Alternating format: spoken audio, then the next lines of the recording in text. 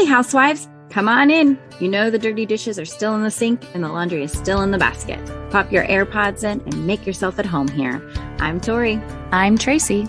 And we are your Unlikely Housewives. Stepping out in faith and believing that God calls the unlikely, we are here to show you the appreciation and validation you deserve, lead you to authentic relationships, and release you from believing the cultural lies to restore your faith and wellness. Pull up those high-waisted yoga pants, tighten your top knot, and reheat your coffee for the third time today.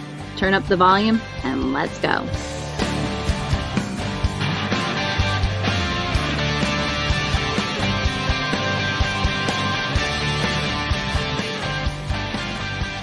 Hey, housewives, how are you doing? Hey.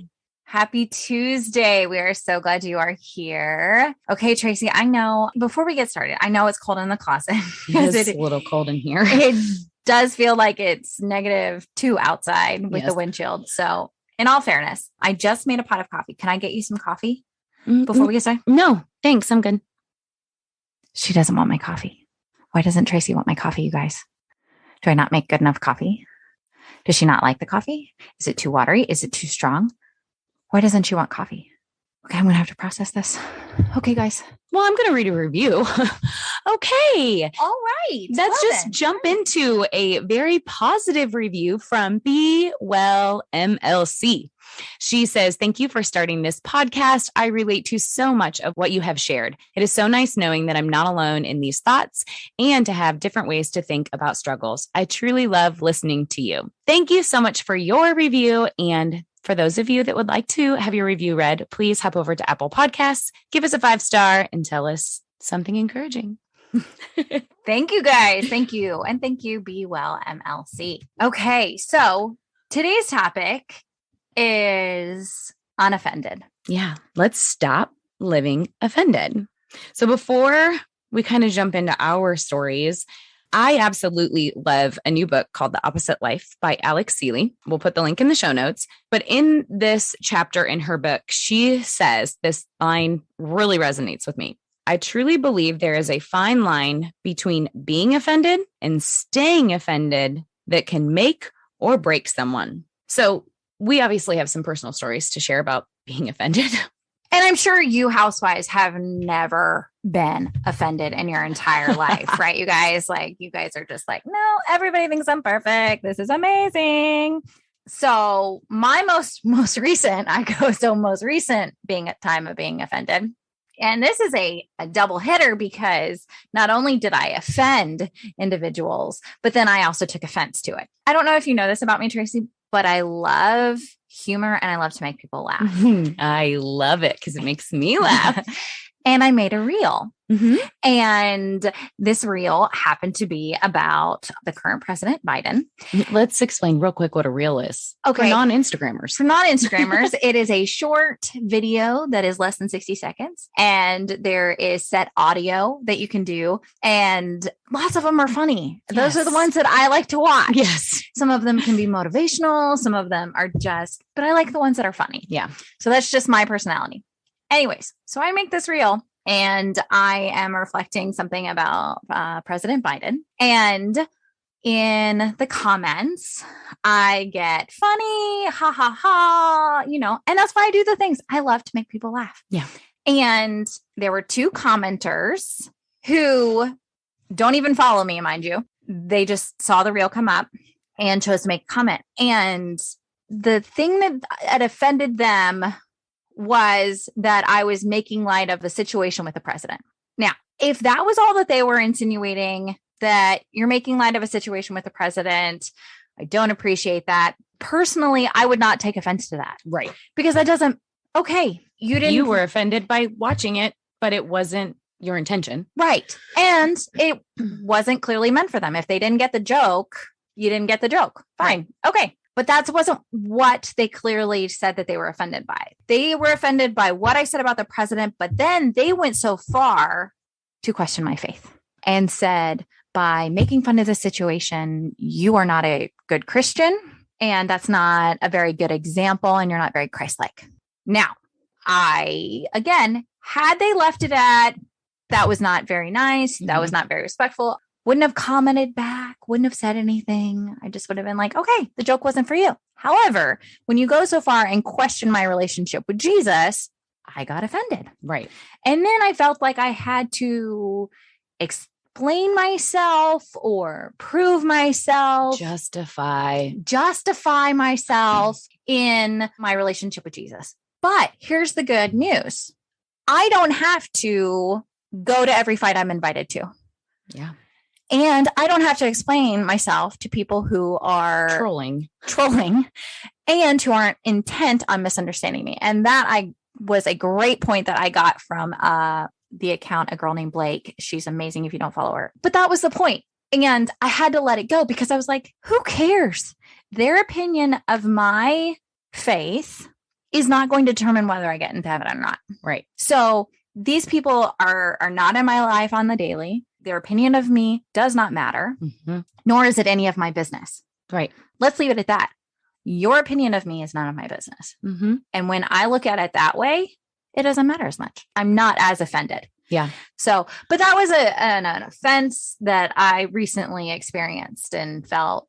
And worked through and prayed through. Right. Exactly. And I think your situation is probably more current because of social media offensiveness. Like people are being offended by, I mean, I know, you've been out there, you've scrolling, someone makes a post and then you got to click the comments to see what everybody else says. And that's half the fun. Yes. And then you get to the bottom and you're offended and it wasn't even about you, so that's her story. Now, my story is a little bit different because mine is actually being reoccurringly offended.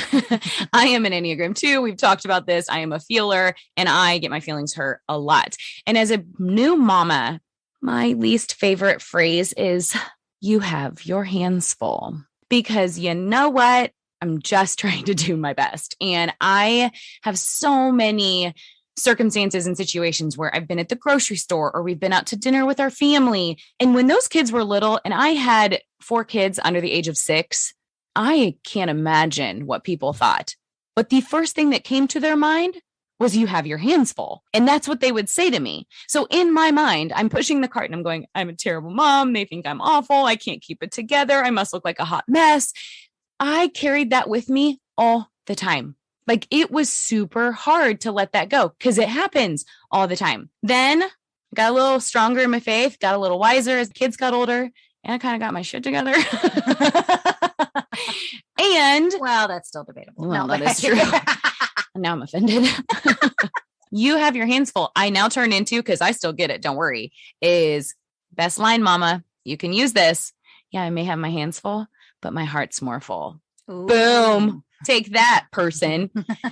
Let's just be honest. We can take those, like I said, and all those different feelings and those emotions, but we don't have to hold on to that, because just because someone recognizes something in the grocery store, like, you know what? Instead, go up and give them a high five and be like, dang, mama, you're doing awesome. Like, I became that mom that would fist bump and high five, be like, yep, that's hard, but I'm with you. Like, I would do the, 2 fingers looking at each other's eyes. Like, we're in this together. Absolutely. Well, and you know what? I know for a fact, as a mom of 2, only 2, I'm sure that I have said, oh, wow, you've got your hands full, to a mom of multiples and multiples of multiples. Right. And I didn't know that is possibly something that people look at or feel, but it was never my intent that way. No. And right. No one ever, I took it that way. Exactly. Yes. That's right. Is that it's the story that we tell ourselves of why they're saying something. Yep. And that's why we get it. But okay, so let's talk about not only, like, those are just little examples, life examples that that you guys can relate to. But what offends people? Well, there's a lot of things currently, especially now. Obviously, racism, patriarchy. Yeah. Religious beliefs, political views. Yeah, that's fresh. Parenting styles. Or how about the way I dress and if my skirt is too short? Oh, yeah. What about the size I am, or if I'm physically fit or not? Yes. Or the way I label myself. That could be offending people. Absolutely. Right? These are all categories, ideas, things that are extremely sensitive, involving feelings and emotions that can be offensive in how you talk about it. Let's just tell them how hard this was to create this podcast and talk about it. Right. We're having to work through a lot here once we hit publish on this podcast, because for us, we're going to be like, okay, did we offend anyone? Did we offend anybody? And what is the backlash that we're going to get? And what is this? But what was interesting about when we had talked about this topic and going through content, what we wanted to use, we have a long list of different topics and different episode ideas. And when we read the word unoffended, we were like, oh, we've got to do that one. Like that one was both, we stopped on it. We knew exactly that's where God wanted us. And so there's going to be some work behind the scenes for us even of to let go, because we know that this is what God wanted us to talk about. This is where he needed us to be and speak into. And so we know that everyone is being offended right now. Right. I mean, and that is the culture that we're living in, offending ideas. The discussions that we have turn into offensive discussions, and they don't need to be. What happens is, just like we were talking about with the social media, when it gets to attacking an individual, that's when it hurts and it's offensive. You can have conversations about the beliefs and ideas, but once you hit the person, like that's when you're like, oof. We listened to this really good TED Talk, and the speaker in it gave a really great analogy about as if you were playing a game. So let's say, for example, Tracy and I are playing a game. I think it's the most boring game in the world. Tracy loves it. And if I come to Tracy and say, hey, instead of playing this game, could we maybe do something different? I'm not finding the joy in it that you're finding. You know, it's just not my jam. Sure, we'll move on to something else. Right. Or I can go to Tracy and say, hey, you know this game that you want to play? Yeah, it's a really boring game. And so it's boring because you're not smart. You're not really nice about it. It was a terrible idea of yours. And actually, you're not even very good at it. So I don't want to play this anymore. Yeah, now I feel a little different. Yeah, it's a little bit different, right? But her and I can agree to disagree on the value of the game. She thinks it's the best game. It's her favorite game, not my favorite game. Yeah. That is a space where we can live and be where we're not offending each other. It's easier to be unoffended in that spot. Now, she can still choose to be offended because it's not my favorite game, but that's her reaction. I have no responsibility in that. Right. We're going to say this probably more than one time. And we started with this, but being and staying offended is a choice, right? There will always be people who are offended. It's what is happening. It's not your intention, but it will happen. And me, I'm a people pleaser. Like, I avoid conversations about all kinds of things like freaking dodgeball. I know I'm smart. I know I'm intelligent. I know I do my research. I know I am well equipped to have a very good conversation with people. However, I'm always afraid. I have this fear that I'm going to offend them. So I hold myself away from those conversations. But what if my intent obviously isn't to be offensive? So how do we get to that point where we let go and we have meaningful conversations with people about ideas and topics that are currently happening? Because that's the thing. Nobody's talking because we're all afraid we're going to offend everybody. But we need to be in this community state. Well, and I think, what if, it's funny that you just said it this way, and we've been talking about this all morning, is there's a visual that just came to mind. It was an Andy Stanley sermon series, and it was actually on love. And it was two mugs, a mug full of blue beads and a mug full of pink beads. Because too, when we were talking about this, Andrew, my husband, happened to be in the room, and he was also talking about, like, at what point, how in marriage does offense happen? Right? Mm-hmm. Okay. Is Chris your biggest fan? Yes. Do you know Chris has your back? Yes. Would Chris take a bullet for you or any of the kids? 100%. Okay. How often are you offended by Chris? Oh, I love you, honey. Okay. I can say the exact same thing about Andrew. Okay. Right? But because we love those men so much, we are so quick choosing to be offended by something that they say. Going back to the mugs, right? The point of it is, when those mugs fight, if you hit those mugs together, blue beads and pink beads are going to automatically come out of it. Okay. The offense was already in it. The decision was already in it. Andrew didn't put the pink beads in the mug. Mm-hmm. So when he says something to me and that makes the pink beads come out, I'm choosing for the pink beads to come out. I'm choosing for the anger, for the offense to come out. That was already in me. It was my reaction to being hit on the outside. Yeah. And so with people that we love, it's really easy to get offended. I mean, so many times as wives and spouses, we are offended by something that our husband says. Mm-hmm. Okay, women, do you want your husband, when you turn around in that dress and say, does this dress make my butt look big? Okay. Do you want him to say, yes? What's your reaction to that? Okay. All right. This is something I got married when I was 21 years old, young and dumb. Okay. Like no worldly experience whatsoever. Okay. And it's a miracle that Andrew and I are still married. But one of the things my friends couldn't understand at the time was that when I asked Andrew if an outfit wasn't flattering, if I looked fat in something, he would tell me yes. And they were like, you don't know, he's not supposed to say that. And honest to goodness, they were so mad. That is mean. From the get-go, I was like, no, it's actually not. He's telling me the truth. Yeah, he's being honest. He's being honest.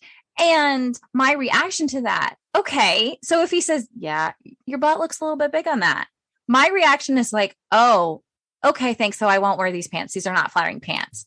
My reaction could also be like, ooh, I should probably hit the gym a couple more days a week because I want on how much offense you took to it. Right. Exactly. So I find that so interesting on how quickly we lean into getting offended by our spouses when, again, it's natural. Then you take in what we're all dealing with and what is like floating around out there, and we're constantly offended. Yeah, exactly. Yeah. Exactly. Hey, Tori, did you want some gum? No. We don't want any gum? Okay. Is she asking me if I want gum because my breath smells because I've been drinking coffee all morning? But I don't like mint gum. I don't like the mint gum that she brings. She brings weird gum. I don't like the crunchy gum. Okay, why do people get so offended? Why do you think people get offended? Because we're playing the comparison game. Maybe we're telling ourselves a story that's not true. Because I like mint gum. You might like mint gum. You also might like coffee and just not want it at the moment. I hope y'all are seeing our humor in this and these examples with you guys. But I do want to talk about past hurts because obviously I've had some past hurts, and one being you have your hands full. That was like my example. There's examples from high school. There's examples from friendships. There's examples from, college. She's already shared about spouses. You guys, past hurts that are not healed lead to a quick trigger of being offended. And that is something that it takes time to get here. It takes time to get to a place of acknowledging it. Okay. We have recently been offended. We have admitted that. We still take offense to it because we're human and we have hearts and we love people. But are we choosing to stay there is the question. She already said comparison. That's another way of being offended. Another one is like unmet expectations. An example of unmet expectation to me is the friendship part of they say they're going to be there. They say they're going to show up. Now, I get that things come up. I have 4 kids. Goodness, my schedule is pretty crazy. Right. But I also am a person who is really strong and standing in my word. So if I say I'm going to be there for you, Tori, I'm going to be there. Right. Right. So maybe it's going out to dinner. Maybe it's going on a trip. Maybe it is just helping you with something. If you say you're going to be there, be there. And if it's in response is, I'm sorry, I can't make it. Okay. That a lot of people take offense to it. Like, we don't know that other person's story. Now, do I want them to show up and be there for me? Absolutely. But if they're going through something or their marriage or their kids or there's something going on, it's not about me. Right. They're not telling you that. And that's what I don't know if you know this or not, but as human beings, we're very vain. Mm-hmm. We think everything. We think everything is about us. We think everybody's response, reaction, the story they're talking about is about us. Yeah. And I think there's a song about that. The unmet expectations is probably the highest one. We don't know what's going on in other people's worlds. There's a lot of things that we don't I'm willing to admit that I am clueless about a whole lot of stuff going on in the kids' schools and their classrooms and whatever. And a parent will say to me, hey, did you know that this is going on? I'll be like, oh yeah, no, I didn't. Maybe I should pay attention to that a little bit more. I am not offended that I don't know what's going on and she does. Right. And honestly, some people are. Yes, that they're not in the midst of it. But something else that I heard long ago, nobody thinks about you more than you do. Mm-hmm. So often we can read a post on Facebook that somebody is you know, the people that start talking about like, I had a situation today, and they're very vague, right? It's so vague that it could be about absolutely anything and anybody in any circumstance. And I bet you 20 people read that post and go, oh, is she talking about me? She's talking about me. Mm-hmm. She's talking about that phone call that I didn't make to her this afternoon. And it probably, most likely 95% of the time was not about you. It's about the store clerk who was rude to her when she was checking out of at Target. Yeah. Like, but we automatically assume that everything is about. We also assume that anything that happens to us is because of us. Yeah. Or our situation or our circumstance. The kids didn't get into that school because I have this political belief. Mm-hmm. Oh, we didn't get invited to that birthday party because we believe this, or we don't do this for our family. And you know what? We didn't get invited to that birthday party because that kid had a 5-kid limit. Right. That's why. Yeah. And so we're so quick to assume all these assumptions is that you didn't get that job promotion because of your level of education, the political views that you have on Facebook, the color of your skin, the whatever it is. We're so quick to think when we like have no idea, mm-hmm. we're making it about us when we didn't get that promotion because we weren't the most qualified. The person that got the job has 10 more years experience, or maybe they don't have the experience, but maybe they have a value that we don't even know about. Right. Let's wrap this up. Offending someone is inevitable. We know that, right? Right. Absolutely. Like emotions, feelings, super high right now, especially, but we know you can learn to be intentional about living unoffended. Right. Because it's a choice. Yes. We get to choose how we react to things that happen to us. Yep. I cannot control what you do, Tracy. I cannot control your response, your reaction to me offering you coffee and you saying no. Mm-hmm. I can control me and how she didn't want coffee because y'all, she is drinking a gallon of water every single day and she already has to pee 1,000 times. Okay. So that is why she didn't want 8 ounces of coffee. Okay. And she didn't want my gum because it was mint and orange is her favorite flavor. Exactly. Right. Okay. So I guarantee you that somebody is going to get offended by this podcast. I guarantee you, Tracy. I know. However, at the same time, you and I can agree and help each other and keep each other accountable that we are going to decide, no matter how this plays out, that we're not going to be offended. Yeah, absolutely. And we want to leave you with a quote from Alex Seeley's book, again, that I referenced at the beginning of the podcast, and it will be in the show notes. And it says, imagine a world where the people of God lived unoffended. Imagine a world where people pursued relationships even when they got hurt. Imagine a world where people lived like Jesus, full of God's spirit, where nothing could affect their love and mission for the people God had called them to serve. Our question is definitely, we'll probably get, well, how do you live like that? We're humans. We always get hurt, but it is a choice and it is something that you have to work through. It doesn't come naturally. It comes by growing in your faith. It comes by knowing that you do not have to be defined by someone else's beliefs or what they have said to you. Now, this is going to be, I would say, it's hard for everybody, but for those that believe in Jesus and that have accepted them as their Lord and Savior, there is something a truth that we can hold on to. This again is from Alex Seeley's book. When God comes into our lives to save us and to make us whole, we need to receive the fullness of his love. Then, when we face the inevitable disappointment of hurt from others, we aren't wounded and offended.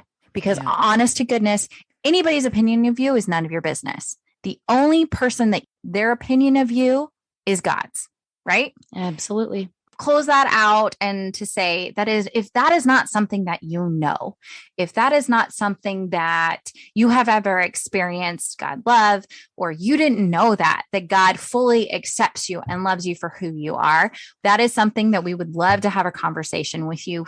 Please feel free to reach out to us. We would be happy to talk to you more about that, because that is something that we truly believe that everybody should know and experience. Yeah. And I think we have covered this topic very lightly, hopefully with humor, because that is what we do.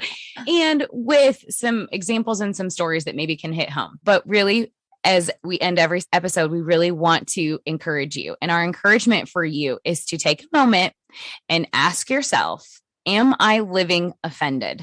Do you need to let go of some past hurts, some feelings of something, so that when you walk into a space and that person is there, or you're in a relationship and you want it to heal, do you need to accept it, living unoffended and moving on? We know it's not easy. We know it takes time, but we encourage you to challenge yourself to do that, because we know that being offended is a snowball and we want you to melt that freaking snowball. Right. Like, just let it go, because you are going to live. Elsa. Yeah. You are going to feel so much more free, have so much more peace, live with so much more joy. And that is our encouragement to you. Yeah. And don't be afraid to, if you are trying to tackle that past hurt and feeling and you feel that you cannot do that on your own, that is okay. Find a counselor, somebody, a therapist, somebody that you trust that you can process that with, because a lot of times we have an issue processing in our brain. So don't be afraid to reach out to somebody you know, you trust, or a professional to get that help to find that out. Because like we said, sometimes it's easier said than done, especially depending on the level of past hurts and feelings that you've had. Yep. So thank you for listening in. And just so you know, keep an eye out, because in a couple days, there will be a bonus episode. Yay! We're so excited. And we have even another guest interview lined up. And so we are growing. We are, and we are excited about it. So just keep an eye out and share this on your social media feeds. Share this with a friend who offended you. Kidding. We'll talk to you later, Housewives. Whether we made you laugh or cry today, we pray you feel appreciated, bolder and braver than yesterday, stronger and more faithful for tomorrow, but living in who you were made to be today. Join our online community on Facebook. Find our link in the show notes. Be sure to review and subscribe on Apple Podcasts or wherever you enjoy listening. Until next time, Housewives, we give you permission to walk confidently, freely, and be intentional in your slippers or stilettos.